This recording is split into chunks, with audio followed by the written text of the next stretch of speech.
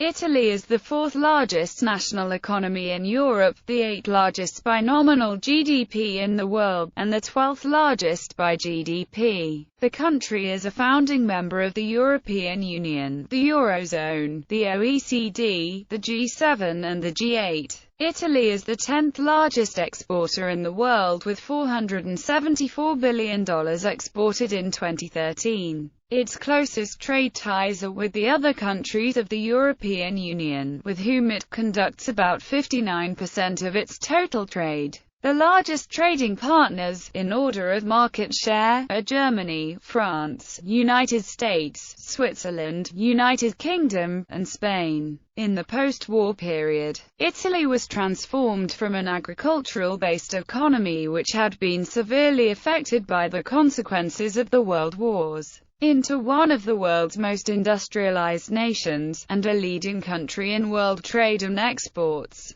According to the Human Development Index, the country enjoys a very high standard of living, and has the world's eighth highest quality of life according to The Economist. Italy owns the world's third largest gold reserve, and is the third net contributor to the budget of the European Union. The country is also well known for its influential and innovative business economic sector, an industrious and competitive agricultural sector, and for its creative and high-quality automobile, naval, industrial, appliance and fashion design. Despite these important achievements, the country's economy today suffers from many irrelevant problems. After a strong GDP growth in 1945 to 1990, the last 2 decades' average annual growth rates lagged below the EU average. Moreover, Italy was hit particularly hard by the late 2000s recession, the stagnation in economic growth, and the political efforts to revive it with massive government spending from the 1980s onwards, eventually produced a severe rise in public debt.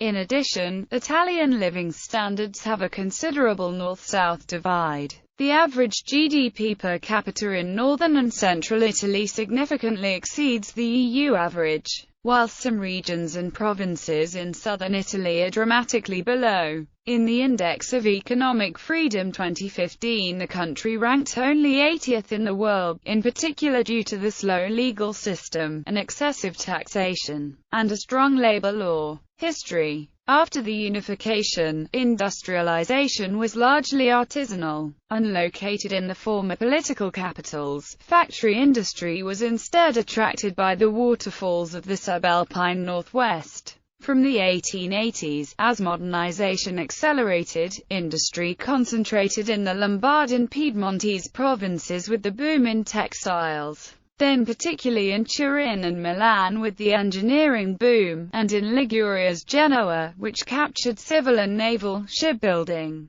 The diffusion of the industrialization process that characterized the northern and central parts of the country starting from the 1880s, completely excluded large areas in the northeast and in southern Italy. The resulting Italian diaspora concerned nearly 26 million Italians, the most part immigrated in the period 1880 to 1914, and it is considered the biggest mass migration of contemporary times. During the Great War, the Italian Royal Army increased in size, with 5 million recruits in total entering service during the war. This came at a terrible cost. By the end of the war, Italy had lost 700,000 soldiers and had a budget deficit of billions of lire. Fascist era Italy emerged from World War I in a poor and weakened condition. The National Fascist Party of Benito Mussolini came to power in 1922, at the end of a period of social unrest. During the first years of the new regime, the fascists pursued a laissez-faire economic policy. They initially reduced taxes, regulations and trade restrictions on the whole. However, once Mussolini acquired a firmer hold of power, laissez-faire and free trade were progressively abandoned in favor of government intervention and protectionism. In 1929, Italy was hit hard by the Great Depression.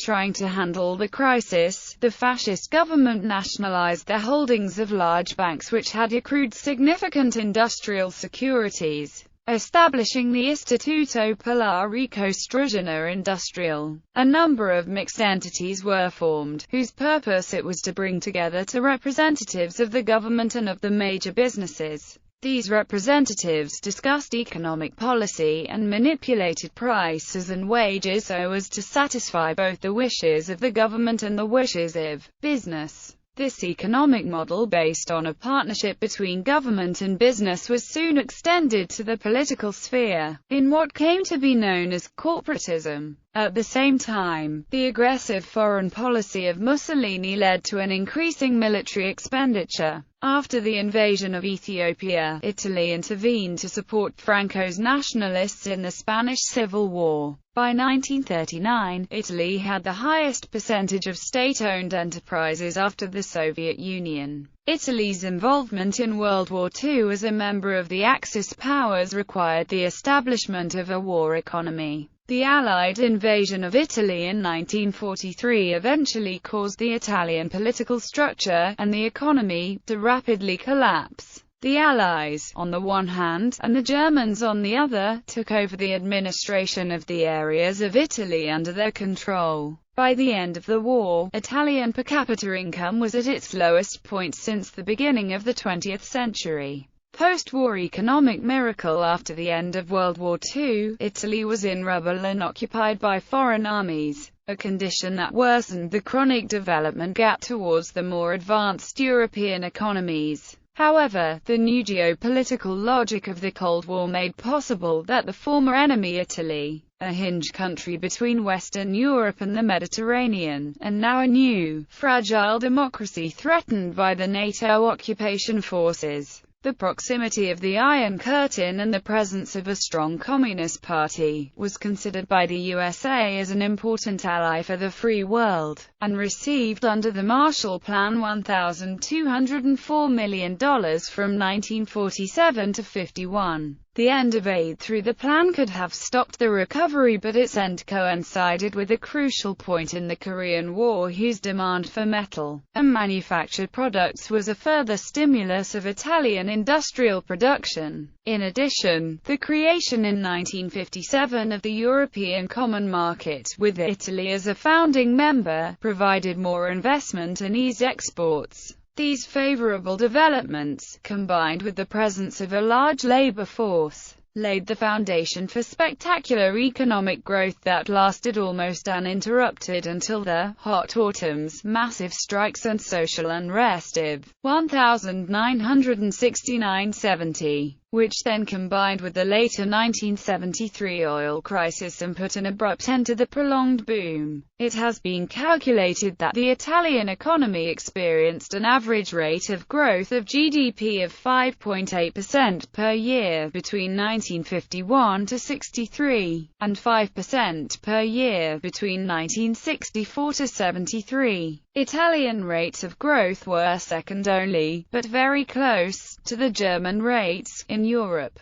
And among the OEC countries only Japan had been doing better. From growth to stagnation, the 1970s were a period of economic, political turmoil and social unrest in Italy, known as years of lead. Unemployment rose sharply, especially among the young, and by 1977 there were 1 million unemployed people under age 24. Inflation continued, aggravated by the increases in the price of oil in 1973 and 1979. The budget deficit became permanent and intractable, averaging about 10% of the gross domestic product, higher than any other industrial country. The lira fell steadily, from 560 lira to the US dollar in 1973 to 1,400 lira in 1982. The economic recession went on into the mid-1980s until a set of reforms led to the independence of the Bank of Italy and a big reduction of the indexation of wages that strongly reduced inflation rates from 20.6% in 1980 to 4.7% in 1987. The new macroeconomic and political stability resulted in a second, export-led, economic miracle, based on small and medium-sized enterprises. producing clothing, leather products, shoes, furniture, textiles, jewelry, and machine tools. As a result of this rapid expansion, in 1987 Italy overtook the British economy, becoming the sixth in the world. The Milan Stock Exchange increased its market capitalization more than fivefold in the space of a few years. However, the Italian economy of the 1980s presented a problem. It was booming, thanks to increased productivity and surging exports, but unsustainable fiscal deficits drove the growth. In the 1990s, the new Maastricht criteria boosted the urge to curb the public debt, already at 104% of GDP in 1992. The consequent restrictive economic policies worsened the impact of the global recession already underway. After a brief recovery at the end of the 1990s, high tax rates and red tape caused the country to stagnate between 2000 and 2008.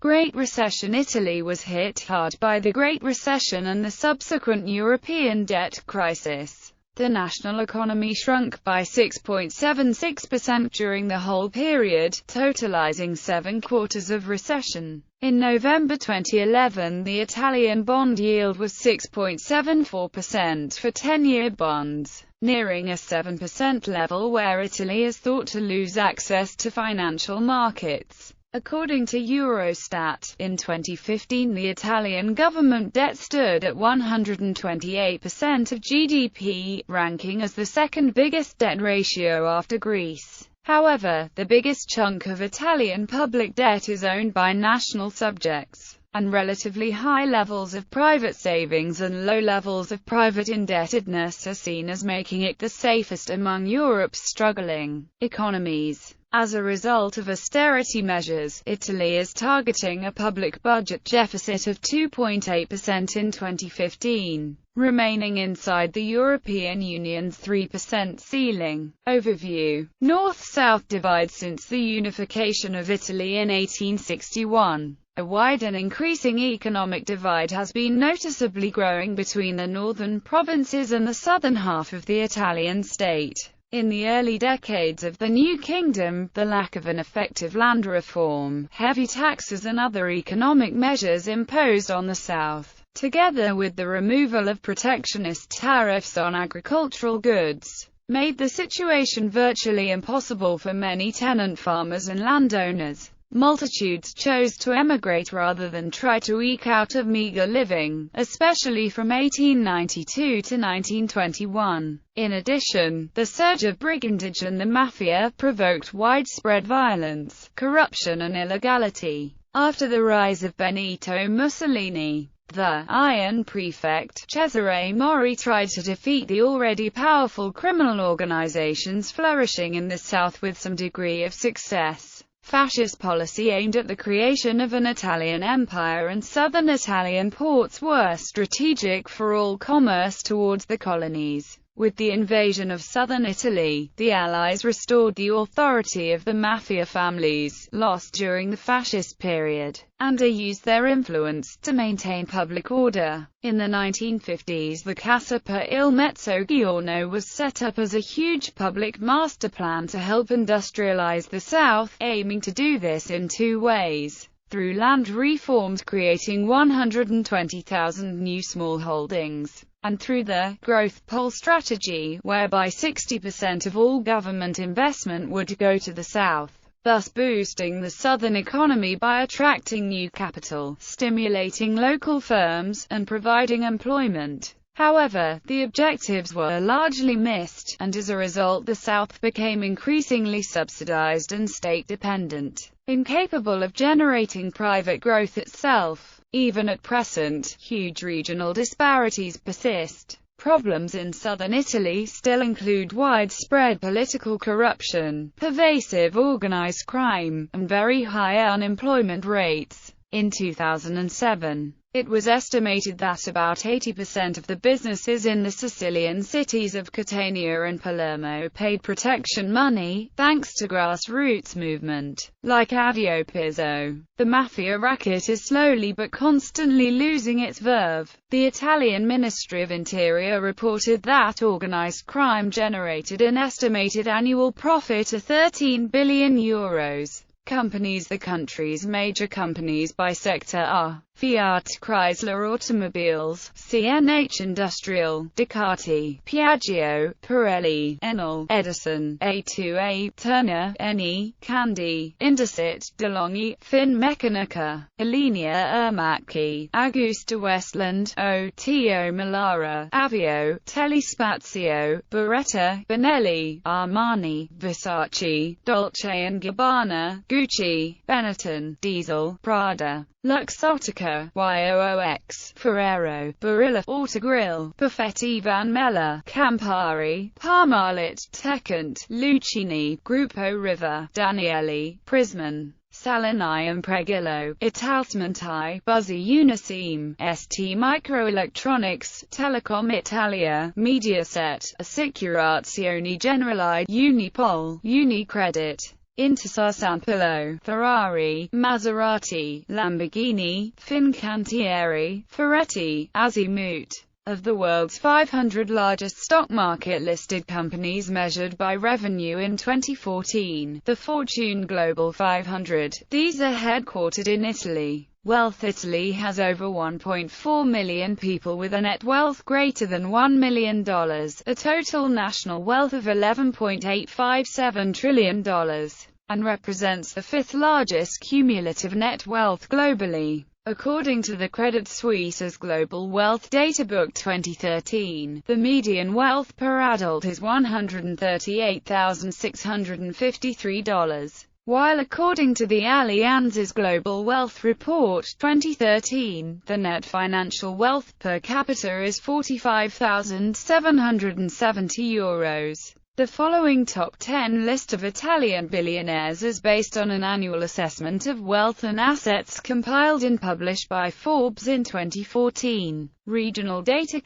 The autonomous regions with special statute have several financial privileges. Economic sectors. Primary. According to the last National Agricultural Census, there were 1.6 million farms in 2010 covering 12.7 million hectares. The vast majority are family-operated and small, averaging only 8 hectares in size. Of the total surface area in agricultural use, grain fields take up 31%, olive tree orchards 8.2%, vineyards 5.4%, citrus orchards 3.8%, sugar beets 1.7%, and horticulture 2.4%. The remainder is primarily dedicated to pastures and feed grains. The northern part of Italy produces primarily maize, corn, rice, sugar beets, soybeans, meat, fruits and dairy products, while the south specializes in wheat and citrus fruits.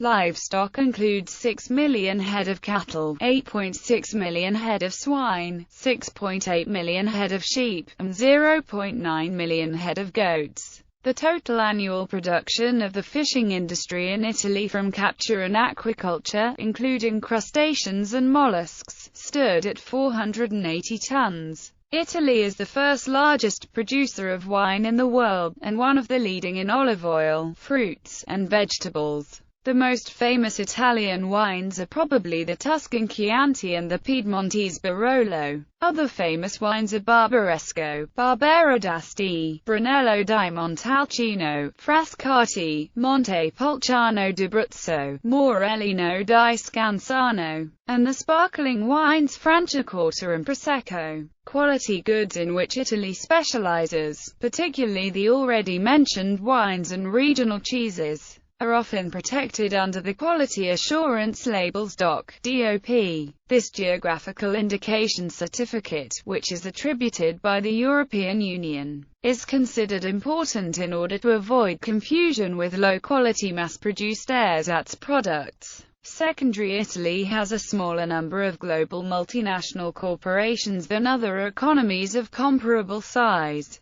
But there is a large number of small and medium-sized enterprises, many of them grouped in clusters, which are the backbone of the Italian industry. This has produced a manufacturing sector often focused on the export of niche market and luxury products, that on one side is less capable of competing on quantity, but on the other side is more capable of facing the competition from emerging economies based on lower labor costs, with higher quality products. The industrial districts are regionalized. In the northwest there is a large modern group of industries, as in the so-called industrial triangle, where there is an area of intense machinery, automotive, aerospace and naval production. In the northeast and the center, previously rural areas that experience social and economic development around family-based firms. There are small enterprises of low technology but high craftsmanship, specialized in clothing, leather products, footwear, furniture, textiles,